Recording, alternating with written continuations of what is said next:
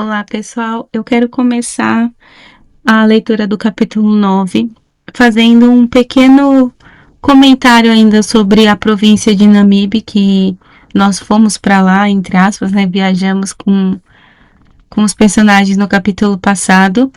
E, bem, aqui tem uma breve explicação aí, um resumo, né, da IA, falando que é uma província, pronto, que chama Namibe, cuja capital é Moçambique. O texto também fala isso, né? Meu tio preferia chamar de Moçambique, enfim. E que está situada no litoral sul de Angola. Então, aqui tem algumas imagens dessa província, que é bem legal para nós termos uma noção de que é uma região com um pouco do bioma deserto, né? Então tem um tipo de vegetação específica, tem algumas dunas, também tem mar, né? Também tem costa litorânea. Então, pronto, isso é para nos dar um pouco a noção de como é. E aqui um pouquinho da localização no mapa de Angola, né? Então, esse aqui destacado em amarelo claro é o mapa de Angola, e aqui a gente tem a província de Namibe. Eu tinha pego aqui também e quero mostrar para vocês. Então, no Google Earth, digamos assim, né? No Google Terra, Namibe, aqui no cantinho, uma cidade, né? Então, uma cidade, uma província, enfim. E aqui a gente localiza o país, Angola. Okay? Então, aqui a capital lá em cima, Namibe, mais a sul, ok? Então, esse tipo de informação serve para que a gente possa localizar onde está o texto que nós estamos lendo, onde se passa essa história, enfim, criar mesmo um imaginário daquilo que nós estamos lendo, que vai nos ajudar a compreender, vai nos ajudar a colocar a história dentro de um contexto, e também, de forma geral, nos amplia o nosso conhecimento de mundo, digamos assim, né? Então, beleza, vamos para a leitura. O último carnaval da Vitória. Aqui, Vitória deveria estar com letra maiúscula, é o nome da pessoa. E carnaval também, porque é uma festa específica, né? Então, nome próprio. A vida, às vezes, é como um jogo brincando na rua. Estamos no último minuto de uma brincadeira bem quente e não sabemos que a qualquer momento pode chegar um mais velho a avisar que a brincadeira já acabou e está na hora de jantar. A vida, afinal, acontece muito de repente. Nunca ninguém nos avisou que aquele era mesmo o último carnaval da Vitória. O carnaval também chegava sempre de repente. Nós, as crianças, vivíamos num tempo fora do tempo, sem nunca sabermos dos calendários de verdade. Para nós, segunda-feira era um dia de começar a semana de aulas e sexta-feira significava que íamos ter 2 dias sem aula. Depois, as datas eram assim, isoladas. Carnaval da Vitória, Dia do Trabalhador, Dia das Crianças, férias grandes, feriado da Independência e o Natal, com o fim de ano também já a chegar. O carnaval tinha que ser anunciado pelos mais velhos, como se nós, as crianças, vivêssemos numa vida distraída ao sabor da escola e da casa da avó Agnete. O dia da véspera do carnaval, como dizia a avó Nhé, era dia de confusão, com roupas e pinturas a serem preparadas, sonhadas e inventadas. Mas, quando acontecia, era um dia rápido, porque os dias mágicos passam depressa, deixando marcas fundas na nossa memória, que alguns chamam também de coração. Na televisão, passava o grande desfile do Carnaval da Vitória, e na Praia do Bispo, o bairro poeirento da Avonhé, formávamos um grupo pequenino que, com um apito gritante, fazia uma passeata de quase 45 minutos. Havia que ir até a bomba de gasolina, atravessar a rua com cuidado, passar bem perto da casa do Xana. Esse Xana que todo mundo dizia que tinha um jacaré no quintal dele, ir pelo passeio da Andréia, a amiga bonita da minha prima, cumprimentar a tia Adelaide no portão, esperar que o Paulinho também viesse e entrar no bairro da Quinanga, passando pelo cine, apitando sempre forte, dando a volta na igreja e voltando pela rua principal outra vez, a olhar as ruas com cuidado por causa dos carros que vinham com velocidade, conduzidos pelos bêbados do Carnaval da Vitória. Ao chegar à casa, se calhar, a tia Maria e a avó Inhé tinham preparado um lanche magrinho com banana, pão, umas fatias bem fininhas de bolo feito com metade da receita normal, engonguenha para quem quisesse, 4 rebuçados duros e antigos que ninguém atacava, um pires pequeno de arroz doce só com cheiro de canela, alguma paracuca e a gasosa batizada, que era uma gasosa misturada com água, de modo que uma garrafa de Fanta ou Coca-Cola, depois de batizada, desce para 3 ou 4 copos. A tia Maria vinha da cozinha com um prato de arroz doce ainda a polvilhar o restinho de canela que saía do frasco, a rir e a fazer estranhos movimentos na boca com a placa de dentes toda velha que ela usava. Não podíamos rir. A avó Inhé tinha proibido todos os netos de instigarem a tia Maria nesse gesto dela da placa, e tinha dito que a tia Maria era boazinha. Nós ríamos às escondidas, porque a tia Maria era muito gorda e tinha o hábito de pôr os dedos também gordos para provar todas as comidas quando a avó Inhé não estava a olhar. As nossas mães faziam de propósito para nos deixar lá na casa da avó Inhé no dia do Carnaval da Vitória. Às vezes, até fico a pensar que no dia do Carnaval era a data em que eu via os primos todos, mais até que no Natal. Quando entrávamos para ver lanchar, as roupas e as pinturas eram já só um resto de coisas penduradas, azuis, suados e vermelhos tristes nas bochechas da prima Naima e da mana Ti.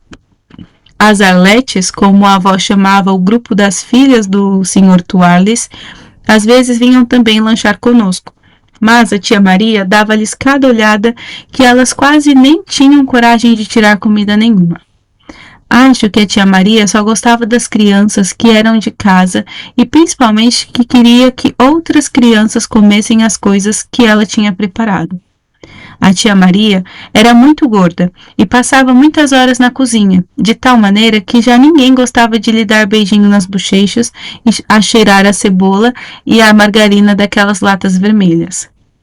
Além da avó Inhé e da tia Maria, estava também a avó Catarina, toda vestida de preto e muito caladinha, com um lenço escuro a tapar o cabelo todo branquinho. Ela era muito calada e tinha sempre aquele hábito de passar o dia todo a abrir e fechar as janelas do quarto dela. Mas, na altura do Carnaval da Vitória, ela era boa a dar ideias para inventar máscaras. A Naima pode ser a bailarina, dizia com a voz dela muito apagada, como se fosse uma pessoa que ainda não tinha percebido que, afinal, já tinha morrido há muitos anos. A Tissola pode ficar a fada. Ia para o quarto dela ver se tinha deixado as janelas abertas. Trazia mais uma roupa, um lenço, uma ideia. O Amilcar vai mascarado de polícia.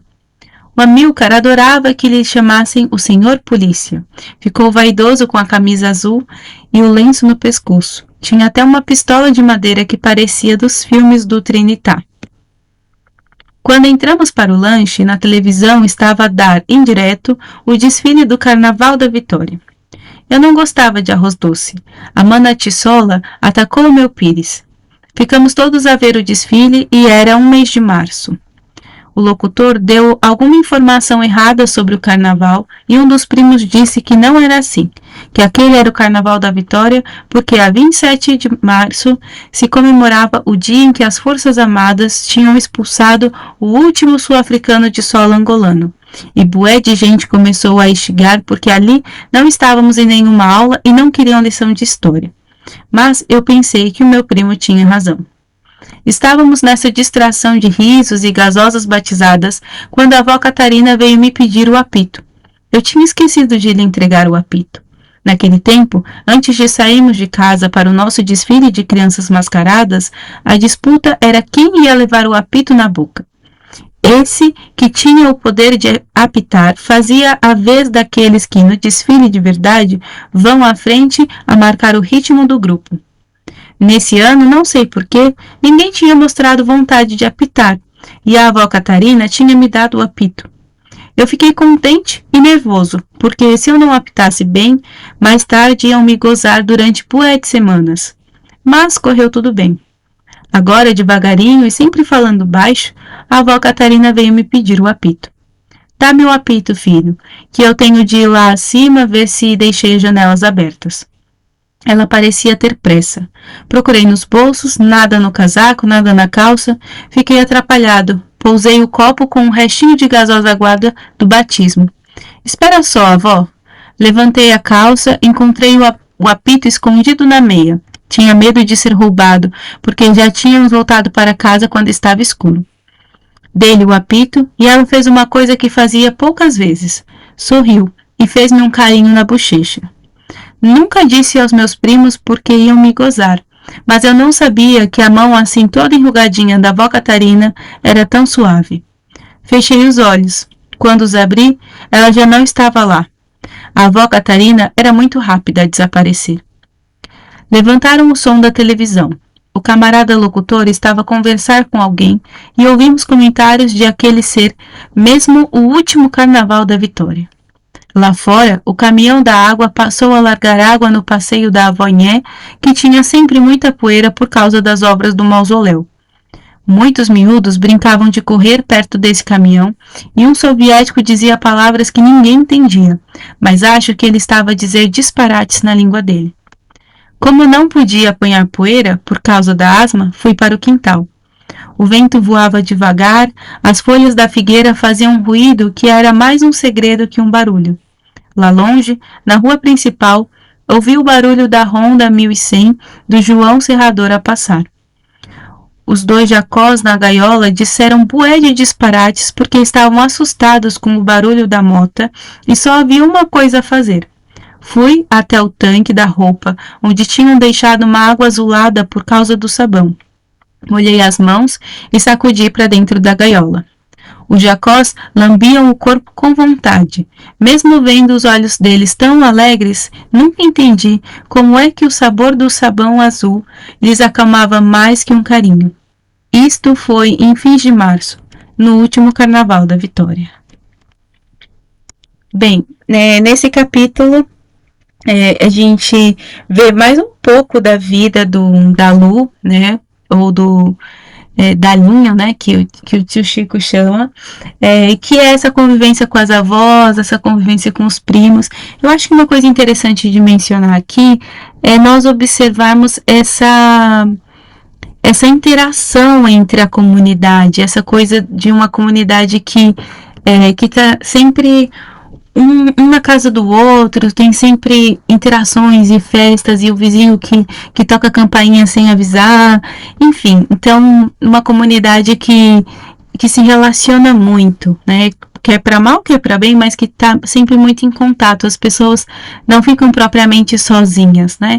As avós têm sempre a função de cuidar dos netos, né? Dos bisnetos, dos netos dos vizinhos, enfim. De repente tem um monte de criança em casa. Então, nós vemos, pelo menos é o que eu tenho observado até aqui, um contraste, por exemplo, se nós, claro, né, tem uma diferença também de épocas, porque se o Ondiak, pronto, é o nosso contemporâneo e ele tá, bem, eu não sei a idade do Ondiak, mas eu acredito que ele deva estar aí nos seus final dos 30, 40, ele tá lembrando a infância dele, né, claro que é difícil aqui fazer aquela separação que nós já discutimos outras vezes de autor e narrador, né? É difícil fazer essa separação porque, enfim, nós sabemos que são as memórias do Ondiak, claro, memórias que ele vai escrever literariamente e, portanto, ele vai inventar coisas, aumentar, diminuir, enfim. Não é um texto factual, né? Mas é um texto literário, fictício, baseado nas memórias reais da vida dele. Pronto, é um texto literário. Então, se a gente observar essa memória, e se a gente por exemplo, fazer um contraste com o texto que nós já lemos, né, A Visão das Plantas, que fala de um contexto muito anterior a esse, né, um contexto, enfim, do fim da escravidão negro-africana, etc., mas observar as relações daquelas pessoas naquela vila também litorânea do país, né, Portugal, enfim, como as pessoas se relacionavam ou não se relacionavam, o isolamento daquela pessoa idosa, né, que é o capitão do livro em relação a esses outros idosos, enfim, eu acho que são relações que a gente pode fazer, guardadas as devidas proporções, como eu tô falando, questão de tempo, de contexto, enfim. Mas eu acho que são relações interessantes de observar, a relação entre as pessoas, né, do texto. E acho que em termos de vocabulário aqui tá tudo muito compreensível, né, dentro também, né, eu costumo dizer que as diferenças, assim, da língua portuguesa não são assim tão grandes que a gente não se entenda, né? Então, enfim, tem algumas palavras que talvez a gente não use, mas nada que a gente não consiga compreender bem o texto em si, né? O contexto, enfim. Acho que eu não tenho nenhuma palavra para destacar. Como eu sempre digo, se vocês precisarem tirar alguma dúvida, se quiserem fazer algum comentário, enfim, estejam à vontade. Eu queria deixar aqui a minha nota de que eu achei essa forma de começar o capítulo muito bonita, né? Refletindo sobre a vida.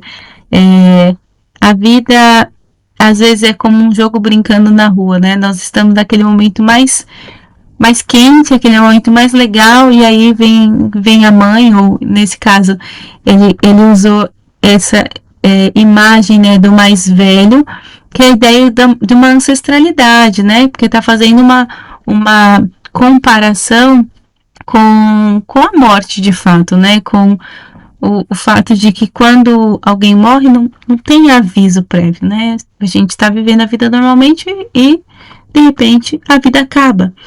Então, essa ideia de que uma ancestralidade, um mais velho, enfim, uma pessoa que já partiu, vem te chamar e dizer que está na hora do jantar, né? Que é uma forma eufemística de dizer que acabou a brincadeira, né? Ou seja, acabou a vida, acabou o jogo. Enfim, achei uma forma bonita de falar sobre o fim da vida. E é isso, pessoal. Então, até já no próximo capítulo.